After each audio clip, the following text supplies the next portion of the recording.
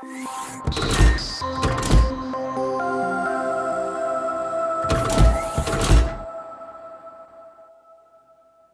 morning, ladies and gentlemen. If you can take your seats, please. Good morning and welcome back to Newport Beach and Finished Vehicle Logistics North America 2016. I know this is going to really surprise most of you, but my name's Yiakoumi. I'm the publisher of the Automotive Logistics Group, publishers of Automotive Logistics and Finished Vehicle Logistics magazines, and the organisers of the Automotive Logistics Global Series of conferences that now take place in Europe, China, Mexico, Russia, Brazil, UK, India, and 4 conferences in North America, in the United States. It's always great to be back here. As you know, our team travels around the world for business meetings and, of course, for our conferences. But there's a lot worse places to work than to be here in Newport Beach in California. So it's always good to be back here. I think we got off to a great start yesterday with the KHS Golf Day. You can probably tell who's golfing by their red faces. Some of them from the sun, some of them from just embarrassment at the performance. And the cocktail reception last night, which was hosted by our good friends Wallenius Wilhelmsen Logistics. And it was great to see the atmosphere that you guys, build here. It's really good. I'd like to take this opportunity to thank our sponsors, our premier sponsor, Jack Cooper, our gold sponsors, Accelerated Services, Convenzione Andrea Group, ICL, JMN, KHS, Metrogistics, Montway, Tech Equipment and Voith. Our global sponsors, Beijing Changzhou Logistics CDC, who are our first China-based global sponsor, CTM, and Wallenius Wilhelmsen Logistics. They're called global sponsors because they sponsor all of our conferences around the world. And of course, I'd like to thank our silver sponsors, Auto Transport Experts, Crown Auto Transport, Hyundai Glovis, Inform, Pat Masney, Nationwide, Proact, Road and Rail Services, United Road, US Auto Logistics, and Vascor. They sponsor the conference because they've got knowledge, services, products that are ideal for you, for your industry, and particularly perhaps for this region. So please visit their stands, read their literature, and meet their people. We've got a great 2 days lined up for you, from the first session, look at what our industry is going to be looking like, to the think tanks and final panel tomorrow afternoon. So don't plan on leaving early. We've really got a great 2 days laid out for you. Our gala dinner tonight, hosted by our premier sponsor, Jack Cooper, will take place on the boat from the Entourage series.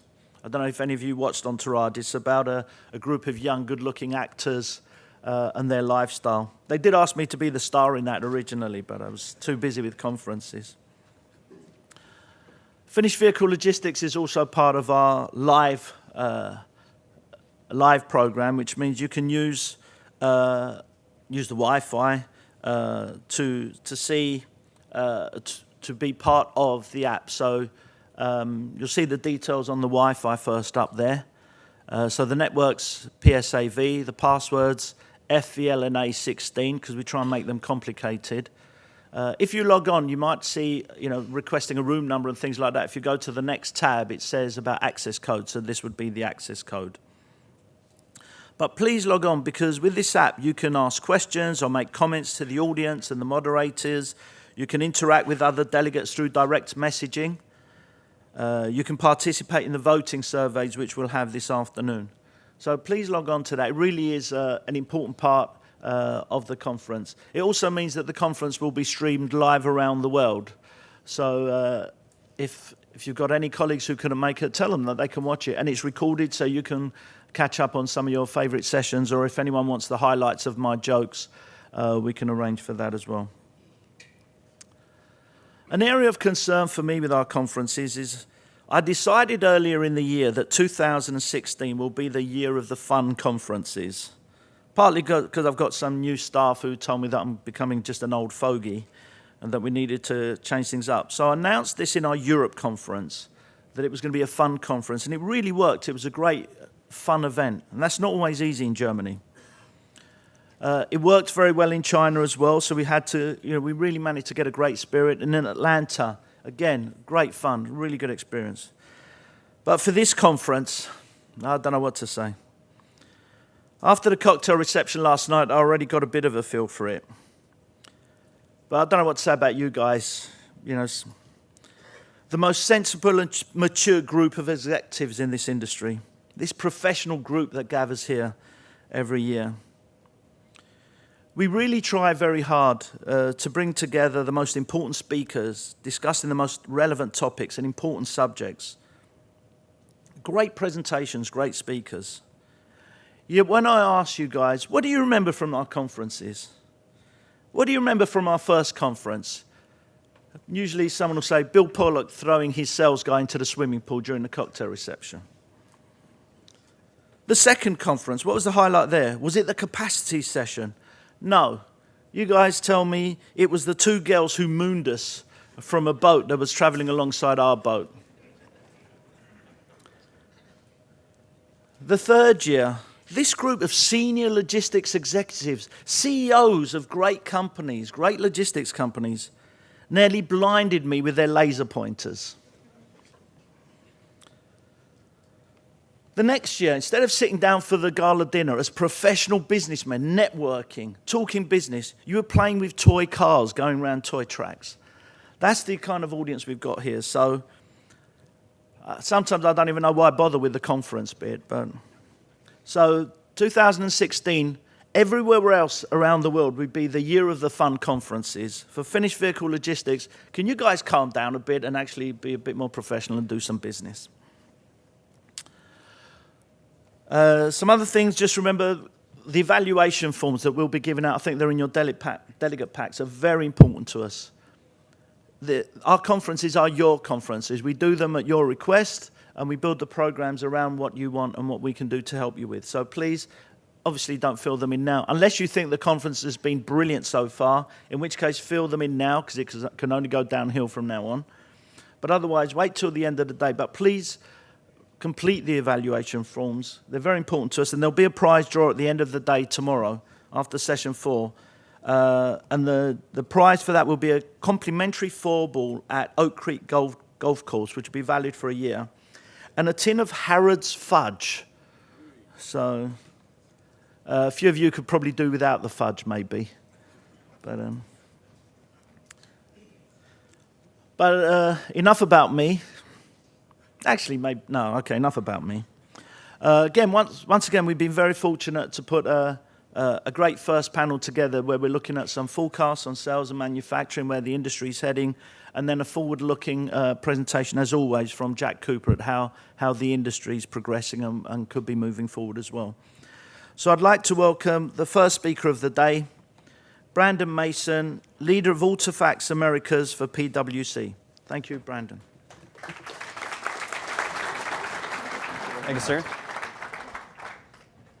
Good morning, ladies and gentlemen. Louis, I would like to add, I think one of the best things I've seen you do, and I had to leave already, but was the mic drop at the end of the Atlanta conference. If anybody hasn't seen that, check it out on YouTube. It's pretty epic. One of the difficult parts about my job, and what we were talking about with some of the folks last night, is that it's difficult to bring a continuously unique perspective to a group like this. So a lot of you attend conferences, have seen me present before. So it's hard to come up with a unique perspective every single time we present. I'm going to do my best this time. I created some new slides, some new perspectives. I'll do my best, but some of it is some of the same, as we say, which is actually a good thing, right? So there's not too much changing in the industry in some aspects, so you can rely on that data and information until we change it next quarter, but I digress. All right, let's jump into it. There's a couple things I want to talk about. Obviously, first is, as I always like to start off, is the global industry and where we're at from a top-line perspective. Let me kind of shift back over to the podium here. I debated about wandering back and forth today, but I don't want to fall off the stage. All right, so let's take a look at our global top line. 2015 to 2022, our current forecast goes out to 2022. There are many out there that have said we are nearing the end of global automotive production in terms of peak volume. Our view is that we are not. In fact, we have our top line growing about 25% between 2015 and 2022. The big driver there is emerging market growth. And so we've actually split the top line between mature and emerging markets. And what you can see there is that the emerging markets have actually overtaken the mature markets. And if you put that in perspective from contribution to growth, this is where it comes out to, right? We're at about 22.5 million units of top-line growth during that time frame. 20.5 million is coming from emerging markets, or a 92% contribution to growth. So in the mature markets, we may be nearing the end in terms of peak production. But that emerging market growth, that emerging market demand will continue to grow. Now, the types of vehicles that are in those emerging markets are obviously going to be different in a lot of cases than what we're producing here in mature markets. So another consideration to take into account if you're an OE or a supplier to those OEs. If we look at the next slide, this breaks it down by top 10 markets. And again, this is production contribution to growth. So we've got our top 10 markets, we've got our bottom 10 markets, and then we've got the rest of the world. And so the top 10 markets, 8 of those 10 are actually emerging markets. You can see the US and Spain are the lone mature markets. And then 8 of the 10 bottom markets are actually mature markets, right? So let's put that into perspective. So the top 10 markets are contributing 20.4 million units of growth to our top line forecast. At the bottom 10, 1.1 million. Well, let's just walk through some of these if we can. So China, I've often talked about China and sort of the concerns that we had going into last year. Those have largely been remedied. The industry finished about up 7 or 8%. It continues to be off to a good start. This year, we still see China as a 30 million unit market by the end of our forecast window, both in terms of sales and assembly, so significant capacity additions to that. We do see an opportunity for an increase in exports from China abroad, specifically to the US, which we'll talk about here in a few minutes. India sort of seems to be the big growth boom now. So for a long time, the knock on India was that there was so much red tape, and there was up and down in terms of the market performance. It was difficult to really get a foothold and understand where the real growth opportunities. But mini cars and mini trucks and mini vans are really starting to grow there. Some of the Chinese JVs are actually getting into India, so we do see strong growth there. Mexico, we'll get to, because that's what we've been all talking about for all these North American conferences, seemingly for the last few years. Thailand, that's a huge hub, a huge export hub in the area, specifically for light pickups. Russia, despite the fact that, and this sort of goes with Brazil as well, right? Those markets, let's be quite frank here, those markets are in the tank right now, right? They're not doing so great. They're down 40, 50%. We've got impeachments, we've got Zika, we've got economic woes, we've got Olympic hangovers, we've got low oil prices, and on and on and on and on, right? So the idea there is that those were previously very strong growth markets, part of the 4 BRIC markets. Again, keep in mind this is a snapshot, right? So we see these markets in 2022 being growth markets, but we don't see that changing for the next 2 to 3 years at a minimum. So we see those markets very depressed for the next few years. Iran, sort of the opportunity there around low-cost vehicles as some of the restrictions on that market potentially get lifted. Indonesia, also another market that's targeted for strong export growth within the ASEAN markets. We talked about Brazil, Spain. Okay, so the bottom markets, you can see the bottom markets, there's really not much going on there. It's really the bottom 3. You've got Australia, Japan, and Canada. So I've often talked about Australia, that they're ending production in that market. The 3 OEMs that currently have facilities there will be shuttering them by the end of next year. Japan, we're starting to get a shift in assembly footprint, and I've talked about that before as well. Now that the yen is starting to increase strength versus the US dollar, we're starting to see a shift in assembly patterns there. And then Canada, which we'll talk about when we get to the North American section, that's actually the biggest decline. That's about 300,000 units of market contraction that we're forecasting over the next 5 to 6 years. So those are the big ones. Here's our 3 North American markets that we're talking about, right? So we're talking about a net growth in North America of around 2.5 million units. I think the U.S. is often seen as a surprise that we're actually forecasting 1 million units of assembly growth in in the U.S. during our forecast period. But we've got some new plants coming online. We have expansion of existing facilities that's really driving that. And a lot of that is, if anybody wants to take a guess, what vehicles are going into the U.S., right? It's high margin pickups and SUVs and crossovers that are going into the U.S. Oil prices. We always have to talk about oil prices, and I'm sorry, this is a repeat, but it's still relevant, unfortunately. So right now, oil is right around $50 a barrel, right? The last month or two, we've seen a spike in oil prices, largely due to concerns around supply the forest fires in Canada, the political disruption in Nigeria, and then sort of the quality concerns about the oil output in Venezuela. So that has crept oil upwards a little bit. There's still going to be some fluctuation, right? I think most analysts assume that oil will finish the year below $50 a barrel, but it really doesn't matter, right? When we're talking about $5, even $10 a barrel variance, oil prices are still historically low, and you can see, back from right around when the recession hit, when oil was $132 a barrel, we're still well below that. And we've seen the global ripple effects of that, huge spikes in demand for crossovers and SUVs and pickups.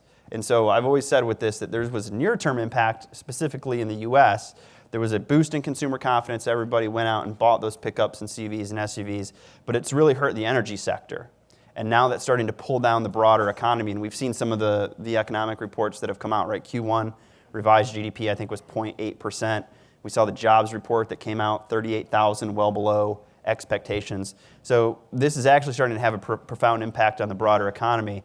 Not only that, now we have to deal with the midterm and long-term emission standards that OEMs are trying to hit, and we've all seen what alternative fuel vehicles are doing right now. So give credit to the industry and the folks in this room that we're looking beyond sort of the near term and understanding that regardless of where oil prices are at, we still have these goals that have to be met. But the guidance for oil isn't that it's going to spike anytime soon, right? Regardless of decisions that OPEC makes, which probably won't have a big impact one way or the other, but oil is probably going to hover around $50 to $60 a barrel for the next year or so. Again, barring some unforeseen disruption in the supply chain. Okay, so just to round out our global conversation, this is what the result looks like for us. This is our global alternative fuel consumption forecast. So this includes mild and full hybrids, plug-ins, pure electric, battery electric vehicles, fuel cell, et cetera. Right now, the market for 2016, we're showing at around 4.3%, which is actually pretty high. In the US, it's only about 2.5% market share right now. Europe is really driving that upwards just because of the pending Euro emission standards that are really pushing that up. There are concerns, though, later on that if you continue to have those low oil prices and low gasoline prices, consumer demand is going to sort of continue to swing the other direction like we've seen today. The volume jump that we see isn't so much that we're going to have a lot of high-volume electric vehicle programs. It's that there's an increasing number of nameplates that are getting introduced to the market that collectively will make up a little bit more volume, right? So we see this as sort of a slow glide path up to about 8% market penetration in 2022. So that is right. Obviously, by market, it will certainly vary. Again, in the U.S., 2.5% today. That number is going to struggle to go up significantly if oil prices stay where they're at. All right, so that's a good transition into North America and specifically the U.S. So let's talk a little bit about sales, right? So we all saw what May sales did, and I don't want everybody to freak out about May sales, okay? They were down 6% year over year. We had 2 less selling days, right? I think these numbers are taken out of context far too often. Right, it hasn't changed our top line forecast, but let's just look at where we're at year to date. So the market's up 1.1%, but going into May, I think the market was up 5 or 6%. Just May really dragged us down. We expect a bit of a rebound for the second half of the year. But again, what's really driving that, light truck sales up 8.4% year over year. And what's dragging it down on the other side are passenger cars, down 7.7%. And as I mentioned, alternative fuel vehicles are down 11.2%. Year to date. Again, this won't have a profound impact. This is still well within our guidance for 2016. We're still at 17.8 million units for this year. That's record number of sales. That's a 7th consecutive year of year-over-year sales gains, also a record. But the good times, as we say, can't last forever, right? And at some point, we do have to take a decline. But the good news is that by and large, the industry is prepared for this since the last recession, and we were a much leaner and meaner industry than we were back then. So we do think this is going to be the peak year of sales for now, and then we'll take a little bit of a dip next year, and then going into 18 is sort of the year that we have said we think there will be a recession, and we will see a year-over-year decline and significant dip in sales. And I say significant, and I mean about 5%. So you be the bearer of whether that's considered significant or not. It's certainly not the 40% that we saw in 2008, 2009. But again, a short blip, and then sort of we'll go back to mid 17 million units for the rest of the decade. And then at the end of our forecast window, we're approaching 18 million units of sales volume. So again, if we think about alternative mobility options and car sharing and ride sharing, connected car, autonomous vehicles, and the impact that might have on the sales top line, it could have an impact. But I think near term, there's a potential for a bump in sales if you think about some of the fleets that would be required for autonomous vehicles and that people are buying. Same goes for ride sharing and car sharing. Add to that a growing population, and we often talk about the average fleet age, which continues to go up and up and up despite these record sales. We do see still a runway for growth in the future. In terms of what we see as the recessionary trends, right? Two things I've often talked about. First is economic cycles that say, every 8 to 10 years there's going to be recessionary trends or a recession, which is consecutive quarters of GDP decline. So we think, again, that'll be around 2018. The other part of that was the assumption that interest rates would continue to creep up. And around 2018, you'd hit a boiling point where it says, all right, now average prime is maybe 5 or 6%, and that would help slow down new leasing, new vehicle purchases. It seems like the Fed's not going to be raising rates in a few weeks here, so that may get pushed back a little bit. But I think that's already started to happen in terms of some of the slowdown in the economy that we've seen. I mentioned the jobs report. I mentioned Q1 GDP. So even slowing or delaying a rate increase might not keep us going in this upward trajectory, right? A slowdown, a little bit of a market correction, and then we go again. Sarah and I were talking before. Everybody in here should understand by now that this is a cyclical business, right? The good times cannot last forever. We have to prepare for the bad times just like we do when we're basking in the good. So if you don't know that, I suggest taking an Economics 101 course. It might be very beneficial for your organization. There's a lot of smart people in this room, though. I'm sure we're all set. Okay, I have to talk about Mexico again because this is always the topic of conversation. So our forecast for Mexico is as follows. We are forecasting a 51% increase in assembly growth from 2015 to 22 in Mexico, from 2015 to 2022. It's a combination of expansion at existing facilities, and those are listed on the left. So about 300,000 assembly growth from existing plants, but the majority of that volume is coming from the 6 new facilities that I believe have all been announced in Mexico. And that's going to add 1.4 million units of assembly to our top line. So again, a 51% growth, pretty strong volume increase in that market. And what we often talk about here is how do we adjust to that growth, right? Which is certainly a topic of conversation for the rest of today and tomorrow.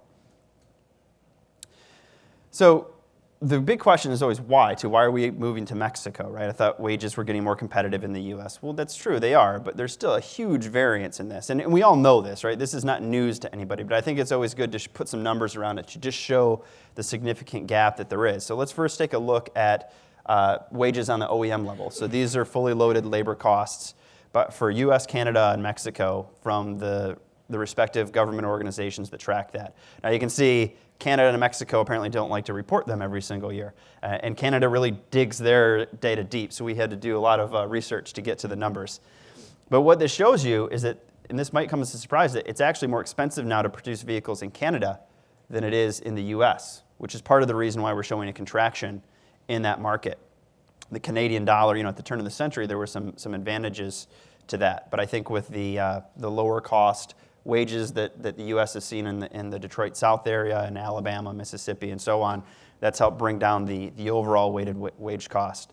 But look at the variance between U.S., Canada, and Mexico. So by this logic, in 2013 is the last year that we have for all 3 markets, $22 an hour wage variance.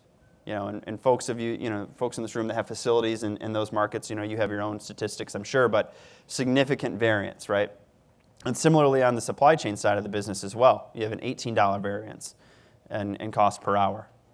So these are significant numbers, and so people often wonder, well, why? I thought things were competitive now in the U.S.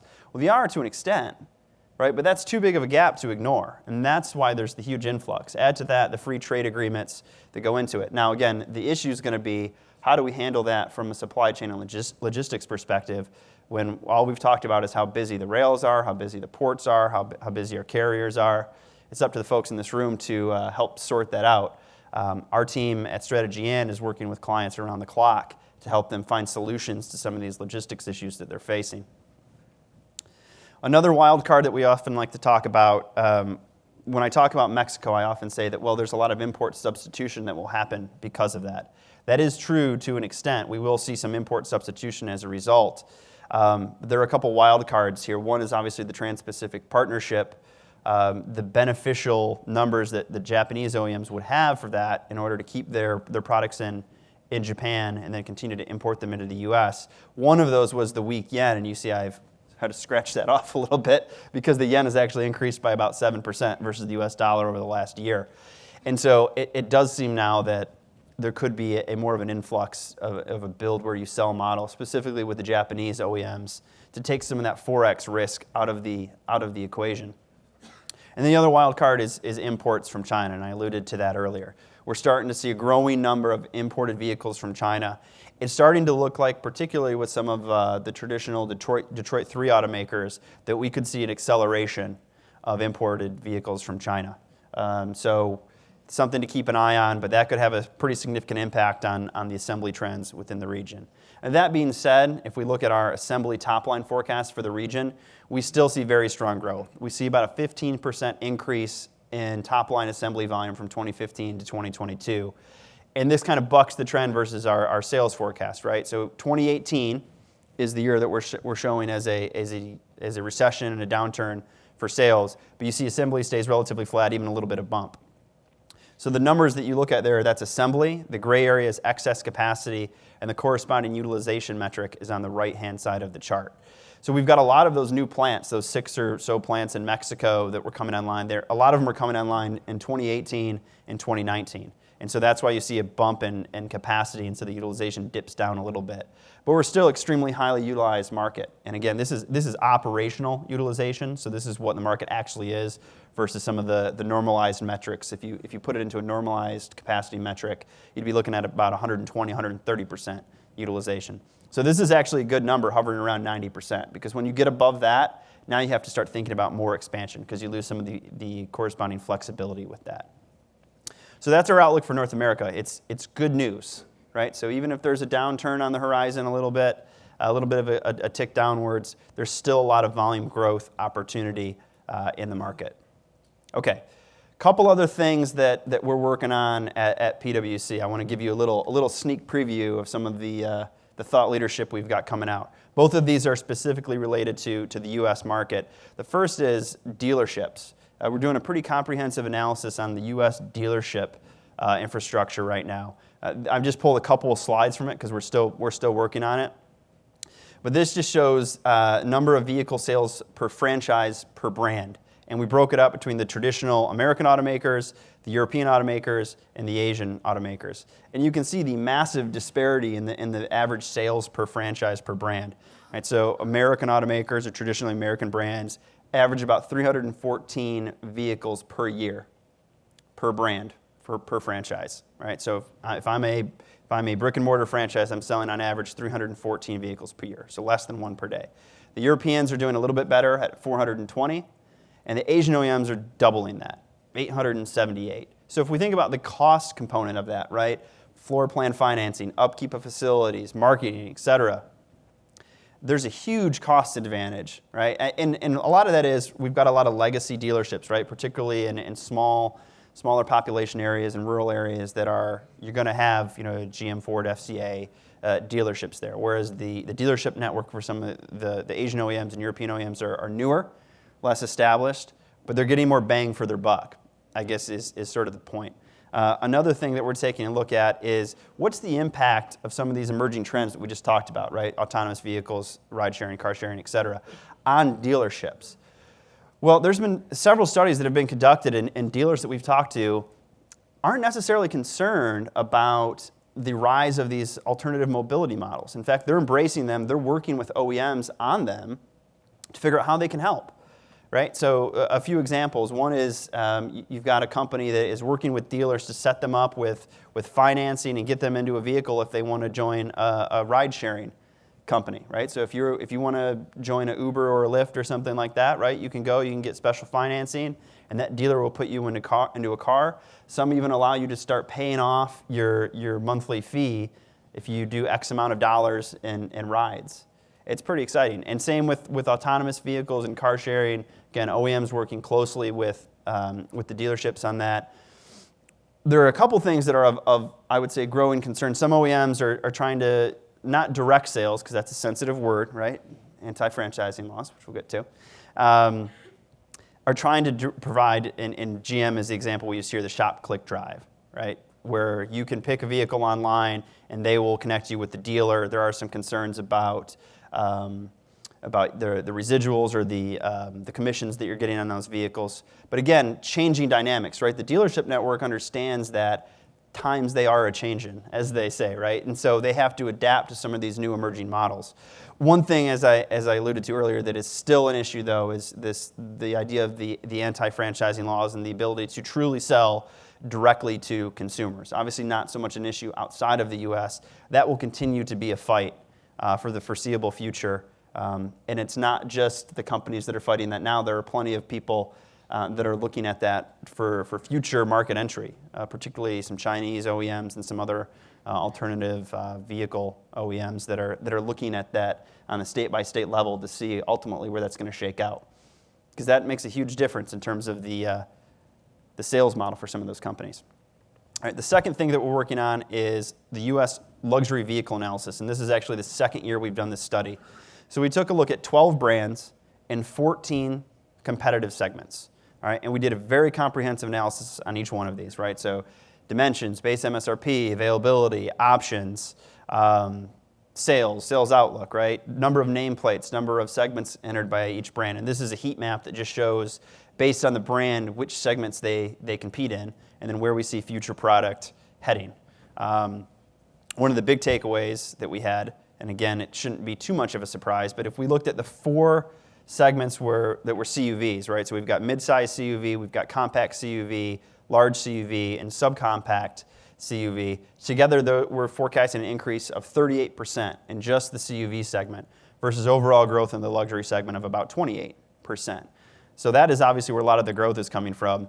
There is some forecasted growth in some of the compact, subcompact vehicles. Again, that's predicated on the assumption that at some point oil prices will start to tick back up and you'll see some marginal growth there. But a lot of those are coming from zero, right? In order for a lot of companies to round out their lineups, you're not getting bigger per se. You've already got the large cars, the large CUVs in your lineup. You need smaller cars, more entry-level vehicles to get people in. Compact car, we think, will be the most high-volume segment. I'll let you take a guess about what's driving that volume tick upwards. I'll give you a hint. It's a new vehicle that isn't out yet, that's coming out in 2017. Okay? Anybody? You can just yell it out. It's fine. No? Okay. We can talk about it during the Q&A session. So again, just some of the things that we're working on. We're going to have a more comprehensive rollout of these in the coming months. So if you come and see me and talk in Baltimore and Detroit in September, we'll have a little more analysis put together on this. So those are my comments. Hopefully this will stimulate some discussion during the panel talk. I think we'll have plenty of time for questions. So start thinking about them now, and I look forward to hearing them shortly. Thank you so much.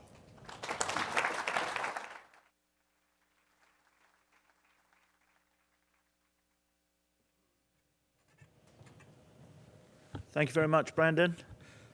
Kind of a mixed message of, positive.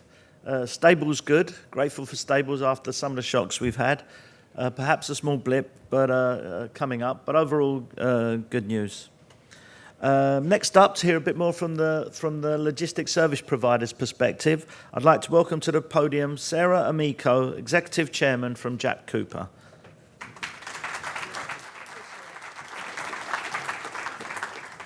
Good morning. I'm excited to join you all today for a look at where our industry stands and how we can best position ourselves for a bright future. I want to acknowledge my colleagues who are here, our customers, other valued partners. Jack Cooper, me personally, and our family are proud to be a part of this event every year, Louis, and thank you for having us.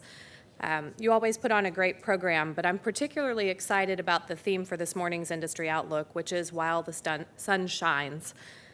And these certainly are sunny times. Just look at what a great year 2015 was for automotive, generally speaking. PricewaterhouseCoopers noted that at just fewer than 17.5 million vehicles sold, last year was a record-setting high watermark for car manufacturers. And earlier this year, the Wall Street Journal predicted that 2016 will be a, quote, bumper year, calling it, quote, the healthiest domestic auto industry in decades. So the question becomes, what can we do with these good times to best prepare our businesses for the future, whether those future skies are sunny, partly cloudy, or even tempestuous? In asking this question, I am reminded of one of my favorite Old Testament stories. The book of Exodus tells the story of an Egyptian pharaoh who had a dream. 7 healthy cows are grazing at a riverbank when suddenly 7 thin, scrawny cows appear and eat the fat and healthy cows. Yet the scrawny ones don't gain even a pound. There's not even a sign that the fat and healthy cows ever existed. Perplexed, Pharaoh called together his advisors and had the dream interpreted. The healthy cows represented 7 years of prosperity, while the sickly cows represented years of famine. 7 years of prosperity were soon to be erased by 7 years of famine. Like those first 7 cows in Pharaoh's dreams, these are the good times. We are in the year of the fat cow. Let's see if we can get the clicker working here. One more? Well, it goes backwards, so we can always cover Louis' segment again. Well, let's see. Maybe somebody in the AV booth can help out advance these. We can also just talk. They're very pretty pictures, but the message is the same either way. Thank you. I don't know that it was worth the build-up for that, right? So, as I said, we are in the year of the fat cow. Gas is cheap. And contrary to what Brandon said, there are a lot of us that believe that's a great thing for the economy in many ways, particularly in manufacturing. Interest rates are low, sales are up, and the labor markets are improving, however tepidly. Things are looking good. Brandon talked about 25% global growth from units in the next 7 years. And while there are no skinny cows per se in sight, the message is still a good one for us today. In order to survive the rough times in a business we all know to be highly cyclical, you have to prepare during the good times, during the years of the fat cow. We at Jack Cooper have had our share of ups and downs over the last 88 years in the finished vehicle logistics business. Our business was founded in the year prior to Black Friday, which pushed the nation into 10 long years of the Great Depression. In the 9 decades since, our industry has been shaped by countless forces within and beyond our control. From World War to Cold War, from hybrid engine technology to the rise of the shared economy. And even within our industry, a lot has changed in 88 years. One of the unique advantages of being a company that's worked for 9 decades in this business is an awful lot of perspective. When Jack Cooper launched in 1928, drivers were still trying to figure out how to use traffic signals, for example. People flocked to the showroom to see the Whippet, which sold for a whopping $535. And consumers celebrated cars that came in colors other than black, thanks to the ladies. "Give us color in our autos," cried the buyers. So a lot can change over time. Fat cows and skinny cows have come and gone many times in our business, and the one thing we at Jack Cooper have learned is whether it's a fat cow year or a skinny cow year, it is always a year of opportunity. Downturns give us the chance to eliminate bloat, to acquire new businesses, to tighten operations, and to drive innovation by way of necessity. Our experience in the downturn of 2009 certainly seems to have validated these virtues. As an industry, we suffered tremendous uncertainty, and a number of companies simply didn't make it. But for those who survived, we emerged smarter, better, and faster. That dynamic might help to explain a 2009 study which showed that over half the Fortune 500 companies got their start during a downturn, recession, or bear market. That includes General Motors, IBM, Microsoft, AT&T, and Disney. So simply because a contraction may be on the horizon doesn't mean there isn't plenty of opportunity to be had. On the other hand, prosperous years give us the opportunity to experiment, to reduce debt, to invest in things that have a longer return cycle, and the sunny times give us the gift of time to build businesses better equipped to handle any storms ahead. To take advantage of strong years like 2016 and the market outlook that Brandon just talked about, that means we as a group and as an industry need to invest in truly long-term strategy. But what does that mean? I believe we should use these moments, while the sun still shines on the fat cows, to build business models that are truly flexible and sustainable. Businesses meant to endure the next 8 decades. These business models all share 3 characteristics, in my opinion. They are consistently innovating. So even as a 100-plus-year-old industry, I think we're doing a pretty good job of incessantly searching for new ways to capture and deliver value for our customers. Consider the work of Bill Pollock at Convertible Trailer Manufacturers, who was at the leading edge of an ingenious way to eliminate the empty miles that create outright waste in the FVL supply chain.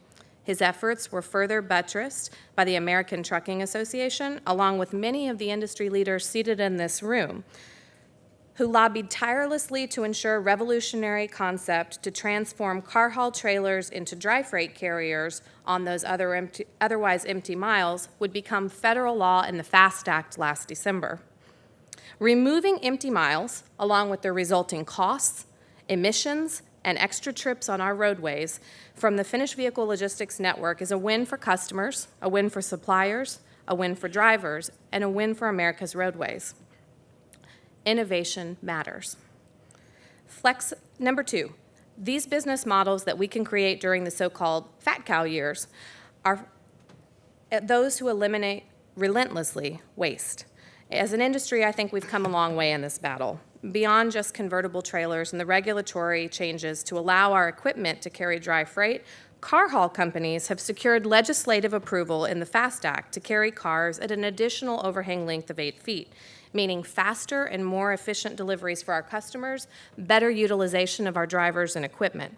And at Jack Cooper, we're driving hard to find the next way to eliminate waste and create value for our industry. Our proprietary Da Vinci tool that we talked about last year, if you remember the animated video, it's eliminated thousands of trips and countless empty miles. We're using Lamasoft technology to further improve our network's efficiency. We're renewing our focus on the efficient use of fuel by our fleet. We're eliminating costs where possible and striving to delever our business. We are even experimenting with the use of drones to increase efficiency in our yards. Just because it's a fat cow year doesn't mean we need to eliminate our focus on reducing waste and inefficiency. It's just the opposite. Now is the time to double down. Lastly, businesses that are flexible and sustainable, the businesses I believe we can build and engineer now to sustain any future skies, whether they're sunny or otherwise, have a clear vision and a strong culture. Companies aren't simply propelled forward by one captain with his hands on the wheel. They are moved by an entire team, oars in hand, each doing his or her part to reach the destination. And when there is a lack of clarity about where you're going, a lack of vision, you'll find that no matter how hard some people work, you're not getting anywhere. At Jack Cooper, our vision is to build a multi-generational family company that provides our customers with high-value service, gives employees a great place to work, and operates based on our core values of integrity, excellence, responsibility, longevity, innovation, and imagination. One indicator of the success we've seen as a result of that strong culture is that our driver turnover rate remains largely in the single digits. We believe this is a direct result of our focus on a culture that saved us countless expenses in driver recruitment and retention. Vision and cultures matter in the good times and the bad. But we've also stubbed our toe along the way, sometimes spectacularly so. And having a strong culture means acknowledging those mistakes and doing our best to make them only once. Over the years, we've had moments where we've lost our footing, an integration or two of acquisitions that proved trickier than anticipated, innovations that never quite took off the way we had anticipated. But the unique advantage of having 9 decades worth of perspective is that at Jack Cooper, we believe we can always find our way back to those core values and our vision for the long term. These things not only matter, they are essential to providing our customers with the kind of service that they expect and that they deserve. And today, even as we work through some of our most recent sore toes, it is our aspiration to ensure that Jack Cooper not only endures beyond my generation, but that it does so by providing best-in-class service to our customers who have trusted us for decades. Our mission at Jack Cooper is simple: to honor our past by securing our future. We want to remain strong for the next 9 decades of our company's history, and I think that's something everyone in this room can aspire to. This is the year of the fat cow, not just for Jack Cooper, but also for you, for all of us in this room. So while the sun still shines, I humbly suggest we ask ourselves, is what we are investing in today enough to sustain our industry tomorrow? It's tempting to do things the way we've always done them. Our industry is established and long-standing. But as the world moves forward, if we aren't moving with it and helping to lead it, we will be left behind. And we are part of an industry that matters. The automobile is an icon of progress, a stalwart of the American economy, and a means of mobility, both literal and metaphorical. How lucky we are to be a part of an industry that touches the lives of so many people around the world. So I wasn't sure I would be here today. Last weekend, my daughters and I were enjoying this glorious sunny beach weekend in the Carolinas. Spirits were high, the sun was good, and then suddenly by Monday, I found myself boxed in by a tropical storm, wondering whether or not I could actually make it to California by Wednesday. It was an eerily appropriate prelude to this discussion. So my message for you today is really simple, that no matter how much the sun is shining, and certainly based on what Brandon's told us, the outlook is good. We all have good news this morning to go home and be very happy about. But no matter how much the sun is shining, we know that rougher weather will appear from time to time. Our job is to build businesses that are ready for it, and keep the faith that the sun will always be there, even if it's hidden behind a few clouds from time to time. Thank you very much for your time.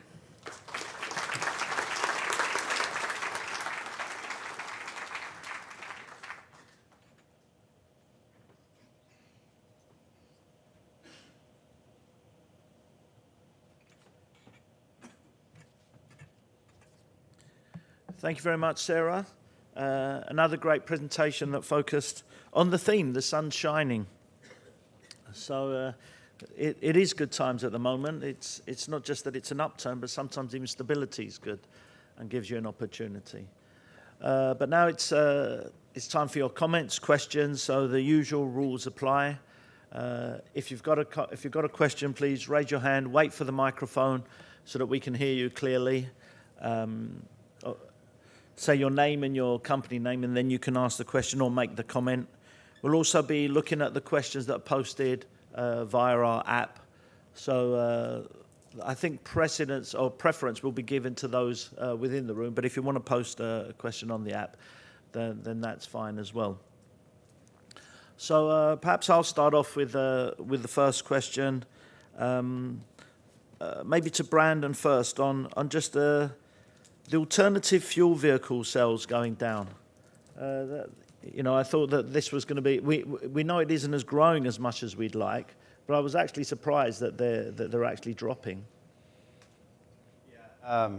Are we on? Yeah. Yeah, it's tough, right? Because we've got a lot of new vehicles that are in the pipeline, and consumer demand isn't exactly where it needs to be right now. We still think, as I said before, we don't expect there to be a huge surge in consumer demand for these vehicles, more so that you're going to add more nameplates and more options. Right? We did an analysis on the cost premiums, and it's going down versus the non-EV or the combustion vehicles. So, as the cost per kilowatt hour gets down, let's say below $100 per kilowatt hour, you're starting to see a little bit of parity. But also on the legislative side, that's going to be up to the government to continue those incentives, the $7,500 federal tax incentives, and I think it's even more here in California. So Yeah, I mean, it is what it is, unfortunately. But give the industry credit, as Sarah said, we're planning for the future, not for the present. And so the pipeline is still full of these vehicles coming to market, partly from a compliance standpoint, but also because that's where the industry will ultimately be, whether that's 20 or 30 years from now. But we do think there will start to be a bit more of an uptick here in the not too distant future. Again, we've got some pretty high-profile vehicles coming to market. I wish somebody would tell me what that is because I was trying to give hints left and right. But yeah, so I think that it's something the industry just has to sort of hunker down, and we'll get there. Mm-hmm. Okay. Question from the front, please. Kirk Williams with Proficient Auto Transport. Brandon, you'd said that the wages in Canada were $34 an hour for manufacturers, and 28 in the U.S. and 6 in Mexico. What are the wages in China, Japan, and Korea in comparison? Yeah, very, very good question. Japan and Korea are considered, high labor wage markets. I don't know what the exact numbers are. We could go do some digging and find out. I think the big question, what you're getting at is what's the variance between, or the comparison between Mexico and China, right? So it is expensive to build vehicles in South Korea and Japan. It's not so much the labor wage is one component there, but the other part of that is that those markets are relatively stagnant right now in terms of their sales environment. So there's not enough local demand to keep that going. So they need to shift capacity. China is an interesting point, and that's a number that's really difficult to get by because it's really hard to extract good data from China in a lot of cases. I believe it's somewhere in the ballpark of what Mexico is. It's probably a little bit less, but then you obviously have to add the logistics cost to that. So when you think about fully loaded costs in the U.S. versus importing it from China or building it in Mexico that has NAFTA, I think Mexico probably is still advantageous. I think the advantage for China is more so you've got critical mass in that market, particularly for the small vehicles, that you can justify that added expense because you're already building them there for local demand and can then export them out. It's a good question. What we found when we did that research globally is it's extremely difficult to get an apples-to-apples comparison of fully loaded labor costs when you take into account all the different considerations like insurance premiums, healthcare, things like that. But a good question. That's my sense of where those markets are at. Okay, thank you. A question for Sarah, really. Investing while the sun shines. Traditionally, I think real innovation, investment, and efficiencies come when times are really tough. How easy it is, or is it really possible to invest when the sun shines, or is it the time when we kind of take a break and think we can relax a little bit? We don't have to really just work that hard or invest that hard when, here's a chance to just take a step back. Yeah, sure. Let's see if this is on. Sure, you could. In fact, we'd probably encourage our competitors in the room to do so. So the answer is, it's a good question.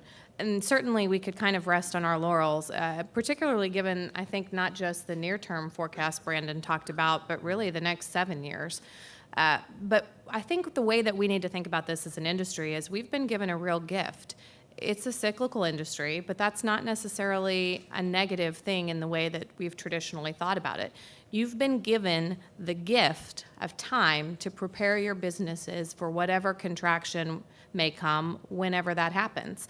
And so, I do think necessity is the mother of all invention. I think Uber, for example, and a lot of the companies that have come out of these massive downturns in the economy, Microsoft being another great example, Walt Disney Picture Studios is another example back in the Depression era. We've got some really great irons that have been forged in the fire of economic hardship.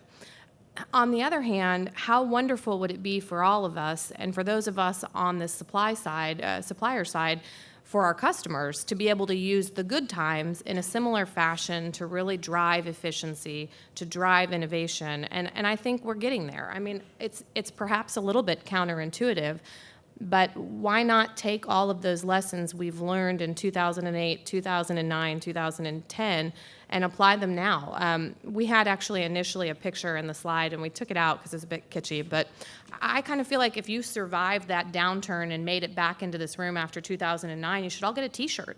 It was not an easy cycle to make it through. So let's take that same discipline and creativity and put it into the good times as well. And I think if you do that, there's no limit to what the group of people in this room could achieve.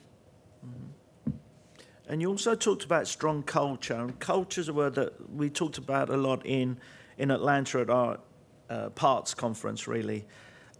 Is there the right culture in finished vehicle logistics? Because I think there needs to be a mind shift, a change of attitude, a change of culture. We haven't really got a culture that encourages collaboration. I'm not sure we've really got a culture that encourages innovation. I don't think we've got a culture that encourages, sustainability or environmental issues. So do you think that there needs to be a big change in the culture, the way we think in finished vehicle logistics, as just opposed to a business think or an economic way of looking at things? Louis, I think it sounds like you and I are kindred spirits and that we'd like all of that change to sort of happen immediately and fully. But the reality is our industry is a lot more like a cruise ship than it is a speedboat. And so I think those kind of turns and adaptations take time. And candidly, for us, I don't think on the customer side they get as much credit as they really do sometimes for the true spirit of partnership they bring to the table. We've had a relationship, for example, in Fairfax, Kansas, with General Motors for 88 years. I mean, just take a minute and think about that. That's longer than all of our life expectancies, marriages, this is a big number. It's 9 decades. And it's hard for me to believe that wouldn't exist without a true partnership. And so while I do think that, because of forces sometimes beyond our control, if you look at the rise of the shared economy, if you look at the rise of the millennial consumer, I realize, that's something that we're not talking about as much yet at this conference, but my guess is in the next couple of years, you're going to hear the word millennial until you vomit at most of these conferences. It really is changing consumer patterns in the way cars are bought and thought about. So I think as that happens, those forces are going to sort of force us to find creative solutions. And the great thing about finished vehicle logistics, I really can't think of another industry where this is true. We can actually do well by doing good, or we can do good by doing well, depending on how you look at it. Just by doing our jobs better, by eliminating excess trips in our networks, by eliminating empty miles, by paying attention to fuel consumption, we can eliminate emissions, traffic congestion, wear and tear on our country's roadways. We have this phenomenal ability as an industry to actually produce a lot of those social virtues you were talking about simply by doing our jobs really, really well. And I think that gives us all a unique advantage to make an imprint not just on the automotive industry, but on the culture in North America and particularly in the United States more broadly. Okay. Thank you. A question at the front first here, and then we'll come there.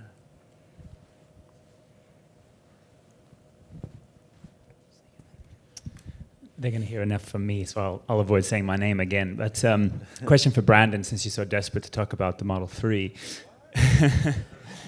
Do you think that Tesla has a chance at achieving the sort of numbers that we've kind of seen predicted, given some of the, shall we say, troubles that we've had so far in some launches and being behind? 500,000 orders or whatever as we're talking about. So is that something, I can't remember the actual numbers you put up there, what you're kind of forecasting in the kind of short term on that?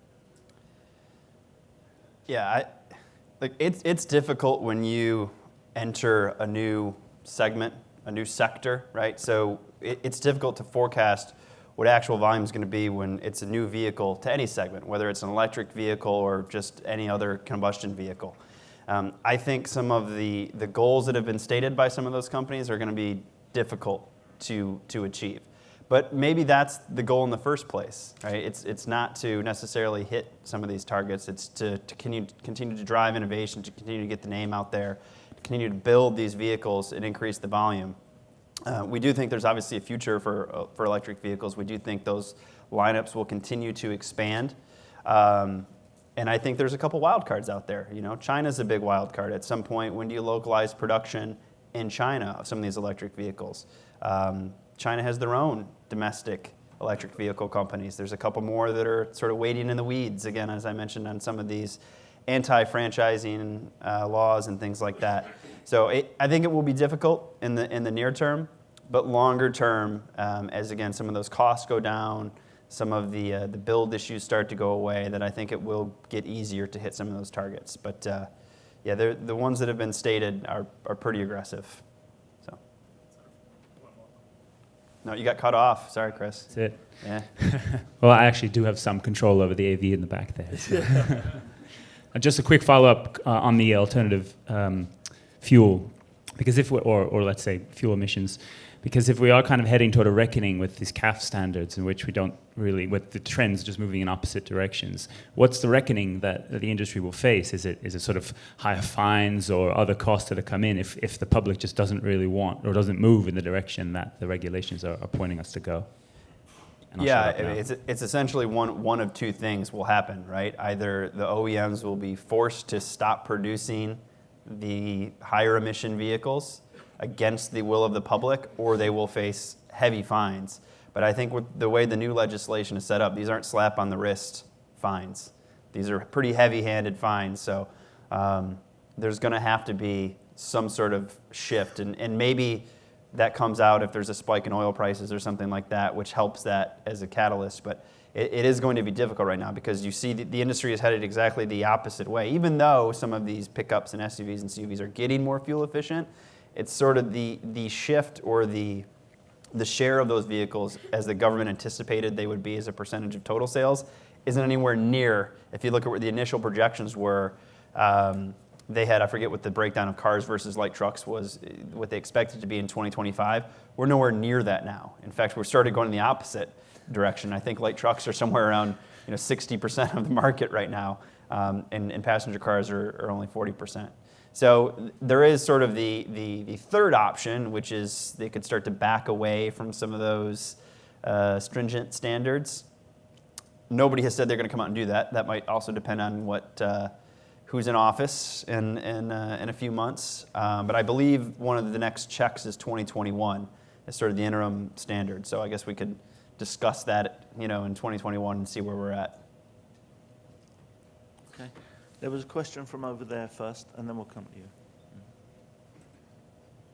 Randy Denton, Mid-Texas International Center. Question for Brandon. There's been a lot of publicity on driverless vehicles. I assume y'all have looked at that to a certain degree. Do you have any projections on what the applications will be, and anything on the timing of when you see it coming, or is it too early in the process to make any kind of projection, even on a general basis? Sure. That's a great question. It's never too early to throw out a number, as we've seen so many people do in the industry, and of course they're all over the place, just like electric vehicle forecasts were 10 years ago. So we look at it the way that NHTSA looks at it, right? There are levels of vehicle autonomy. I think there's 4 stages, right? 4 being fully autonomous. We've started to already see integration of levels 1 and 2, which is semi-autonomous. That's park assist, lane departure warning, adaptive cruise control, things like that. Those will become more and more prevalent. Consumers are comfortable with those. We're starting to see those roll out in standard vehicles. In terms of the level 3 and 4, which are, I think, more what you're getting at, the fully autonomous vehicles, that is a little bit more difficult to predict. I mean, we know there's billions of investment going into that right now. I know back home in Michigan, they're setting up these test cities. Here in California as well, they're setting up all these different infrastructure tests to see how these vehicles will react. So I would expect that will continue, but in terms of any relevant number of those types of vehicles on the road, I don't see that happening within our forecast window, which again goes out 7 years, just because there's a lot of issues still to be resolved. And I've always said that with these autonomous vehicles, they can't be 99.9% correct, or the software can't be 99.9% accurate. First time that an autonomous vehicle, kills someone or gets in an accident, we've already started to see some of the headlines that, it was a big deal, like this autonomous vehicle got in an accident and it was its own fault, right? And we're talking millions of lines of code that need to go into these. So there's plenty of work to be done. The industry recognizes that. I personally think it's too early to call out, we're going to see, X% market penetration by this year. Because inevitably 5 years from now, somebody will go back and be, that guy from PwC said that this was going to be, and I don't want to be that guy, so I'm not going to do it. I'll tell you this, though, that we're working closely in PwC amongst all of our sectors that sort of touch autonomous vehicles, right? So that's automotive, that's technology, that's energy, city infrastructure, things like that. All of these are connected, right? And what we've said is that this ecosystem is growing. It's increasingly complex. There's an increasingly number of players in this market that have an impact. So understanding where you're at in that supply chain and how it impacts others is certainly important. And I think that's step one, because this ecosystem, people talk about autonomous cars and things like that, and it's really comprehensive, and it's really easy to get confused about how it's going and all the considerations. So we're taking a good look at that, and we expect to have some thought leadership out actually later this year. So little plug for that. All right, Thank you. Question there first. At the front, yeah. Name and company name, please, sir. Thank you. Yes, my name is Al Cardona from BMW China. Question for the lady regarding the potential of these dual-use trailers, convertible trailers. Do you think the industry is mature enough to embrace these trailers, or do you think it's only for a niche market? Well, it's a good question. I mean, we are a niche market in terms of car haulers in North America versus broader trucking to begin with. So I think we're about as good a place as any to be the tip of the spear here. In the end, I think there are a lot of presumptions sometimes that go into assessing industrial companies, particularly in the trucking space, about a lack of innovation. And what we've seen is exactly the opposite. We've seen an absolute deluge of innovation, even in the car haul space in the last couple of years, and even within our own company. So what I think is, it's not, I understand the question, but I don't think it's as big of a gap as you expect. So because of the way finished vehicle logistics works, there are a lot of empty miles in the network. And if you were to go to, say, a flatbed trailer company and look at empty miles in their network, they wouldn't have it. It's just seen as outright waste and inefficiency. And I think there's no reason we, in our space, in the car haul side, can't start to think of it the same way.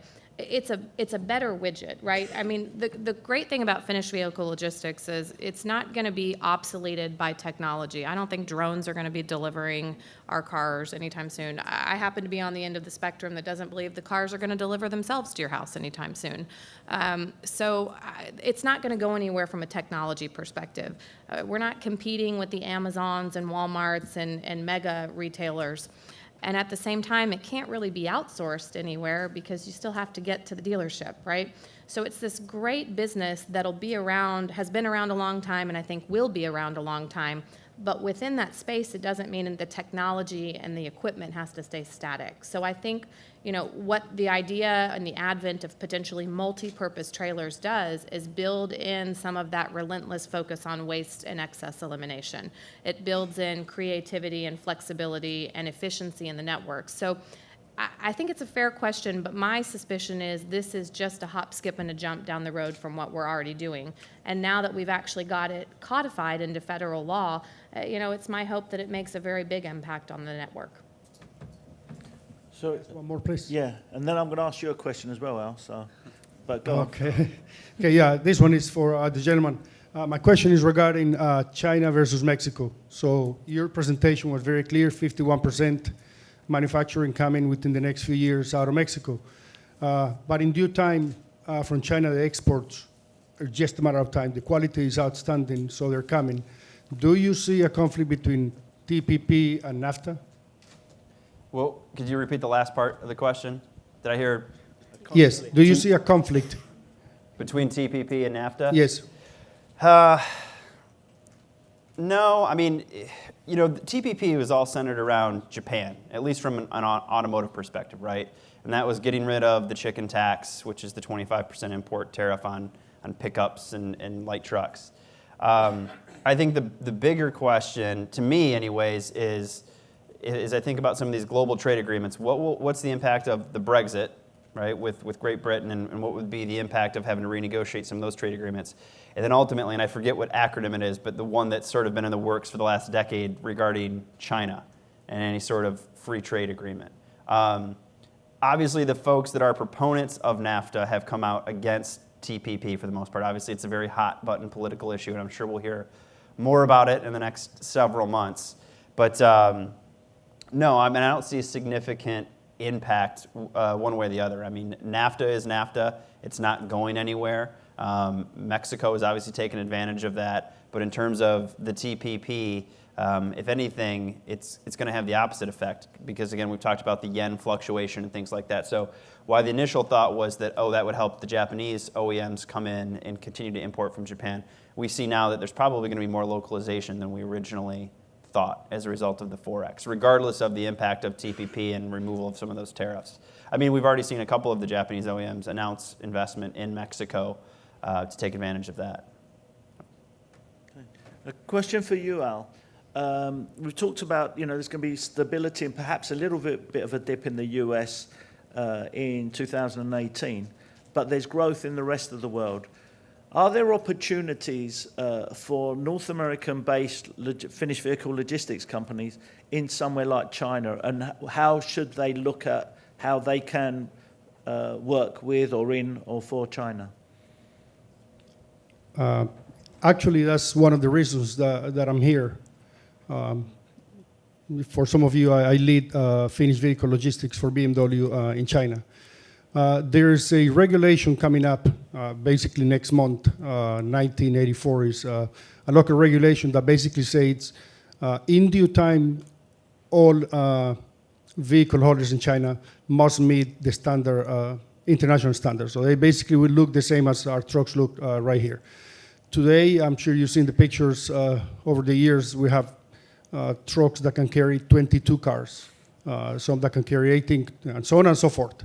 So the answer is yes. I think it's prime time for companies that are mature and that have the technology and the know-how to invest in China in these particular legal trucks, because it's just a matter of two years before the regulation is fully enforced. And simply today, there's not enough sources in China that could fulfill those. Okay, thank you. And I should also point out, we mentioned comparing China and Mexico. Tomorrow morning in the Mexico session, there will be a presentation where we try and look at compare and contrast a little bit on Mexico and China. There was a question first at the back, please. Hi, Miguel Reyes with the Port of San Diego. A question from Brandon. Do you have any idea what the import volume will be for 2016 and what that number will be for 2022? Thank you. I love pulling numbers out of nowhere. Let me see. I believe that if we think about non-NAFTA imports into the U.S., into the U.S., I want to say it's around 2.6, 2.7 million units. That's right around where we've been, right around 20% or so of the market. If we look at 2022, what we had said before was that in a theoretical scenario, right, with all this import substitution, you could see a reduction of non-NAFTA imports by around 50%. It probably is not going to be that. We said the imports from China were one consideration, the TPP was another. I think a realistic number is probably around a 30 to 35% reduction of that 2.6, 2.7 million units of the non-NAFTA imports by 2022. Yep. Then there was a question here. Wallace Oyama, Port of Vancouver. Mm-hmm. I have a question for Brandon. It's been interesting the last couple of years, especially with the growth, for example, with the light truck sales. And I've seen that it's caused quite a shift in supply chain pattern as a result. It was a sharp unexpected growth. Now credit to Mexico, they have taken advantage of. They've created a lot of free trade agreements that has allowed them to grow their production to be able to supply all these markets there. But I'm curious as to whether there's any risk for Mexico, for any other large production markets that go beyond local demand that will lead to unexpected shifts in supply chains if market goes down. You see, that, of course, Mexico was prepared for a large Brazil contingent, for example, but then you see what happened with the market there. I think last year there was some effect about China's weaker than expected growth, and I think that creates some shifts there. So I'm curious as far as where you see that particular possibility of some unexpected production shifts in supply as a result of production not meeting what the market's not meeting what the seeing production. As Ms. Amico said, that's the supply chain and the auto industry is like a cruise ship, and I can appreciate that analogy. Mm-hmm.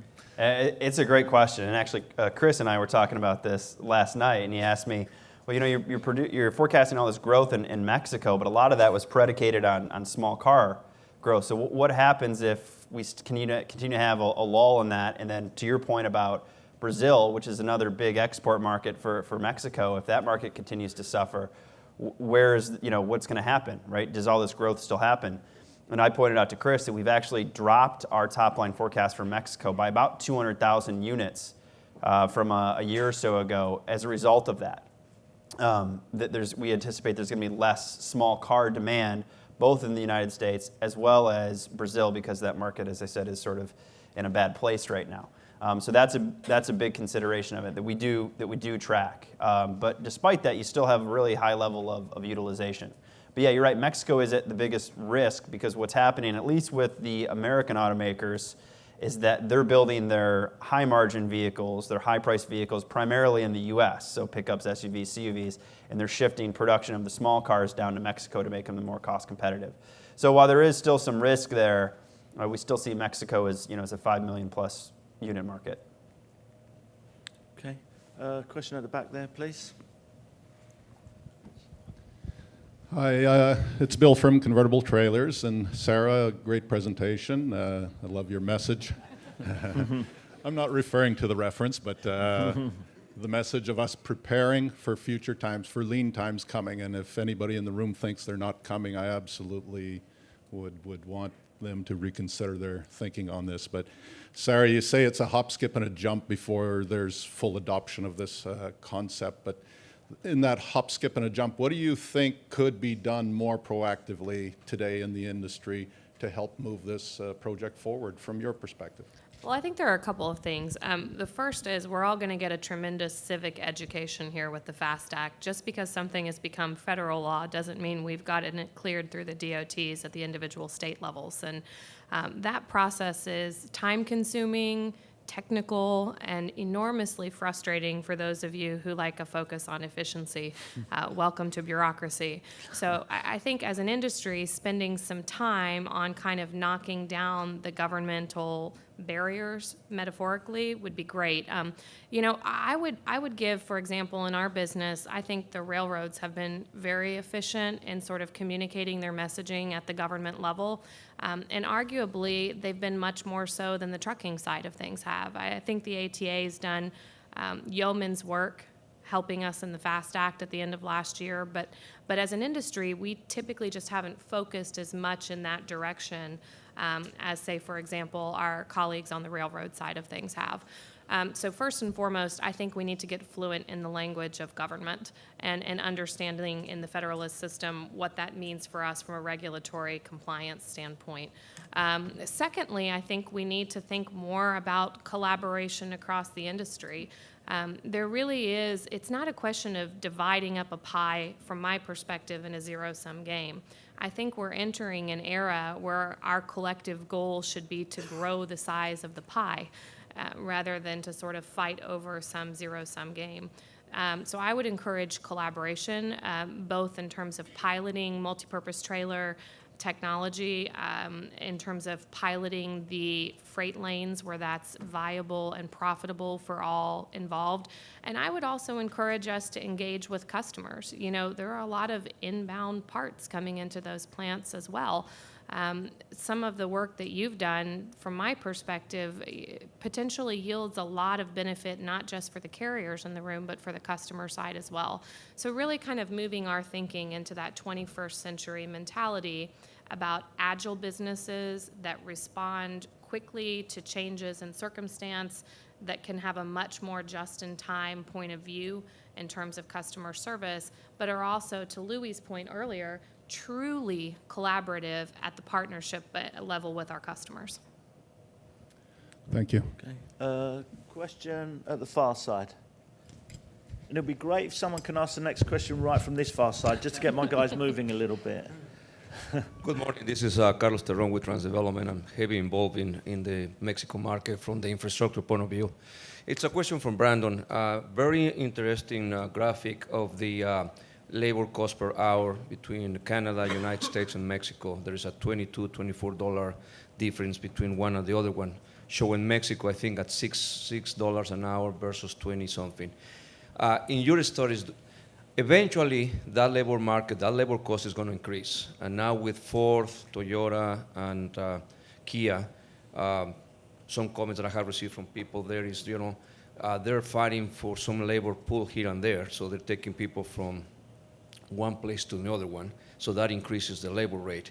In your studies, do you know what would be the level where Mexico will lose some competitiveness in order to create, this kind of finished vehicles, and that production could shift somewhere else, such as China? Everybody always wants to know, what's the next low-cost labor market. So, when NAFTA first came on, that it was Mexico, and everybody flocked to Mexico, and then it was. And then it was China, and then it was India, and people are like, what's next? Is it somewhere in the Middle East and Africa? So you are right. I mean, inevitably, labor costs are going to increase in Mexico because there's a huge demand now for skilled labor, and there's not enough of it. I mean, you have to go through training and things like this, and so obviously there's going to be some wage wars battled in order to get that limited amount of talent from all this new capacity that's coming online. So I don't know if there's, every company has their own business case to work that out about what is that number, right? But a lot of that depends on where some of these free trade agreements are at. It's the totality of all of those costs, right? So it's not just that fully loaded labor cost, it's the logistics costs that are involved in that decision. And it's different for every OEM. I mean, the companies that are importing from China have obviously made the business decision that it's got to be cheaper, more to our advantage to import it from China than it is to build it in Mexico. So every case is different. I think the type of vehicle, the volume that you're talking about, the logistics cost, the type of agreements that you have in place, the amount of skilled labor that you're able to procure in any of those markets.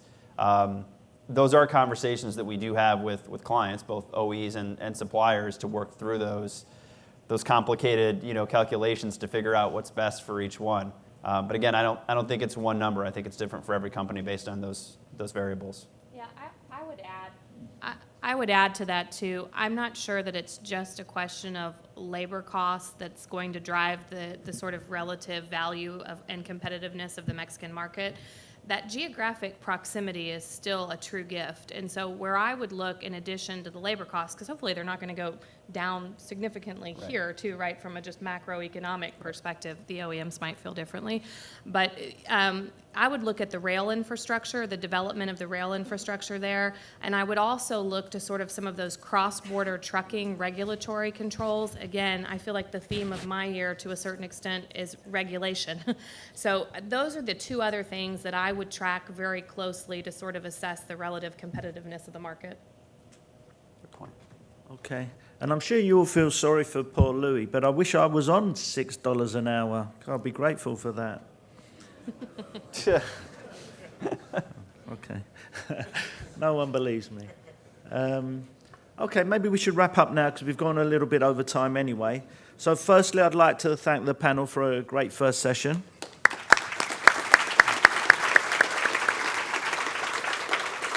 I'd like to thank you for your interaction. It's always good if we can get the first panel and people are asking so many questions. Of course, it's credit to the panelists, but thank you for being awake and asking the questions. I'd like to point out that outside there's an area where we've got trucks and trailers parked, so you can see some of these ideas that we've talked about in action. And also, we've heard a lot of talk here about import and exporting. I'd like to point out that that in August is our Finished Vehicle Logistics Import-Export Conference in Baltimore, where you can meet the leaders from the US's automotive industry to talk about this particular subject in detail. And Import-Export North America is actually host of the coffee break that's awaiting you outside. So thank you very much for a great first session. We're splitting in two sections for the next section. So in this room will remain investing, reshaping, and optimizing the network. So that stays in this room. Risk and quality will be in room 2, which is just outside, not far away. So it's just outside. So enjoy your coffee break, and we'll look forward to seeing you in one of the 2 sessions after. Thank you.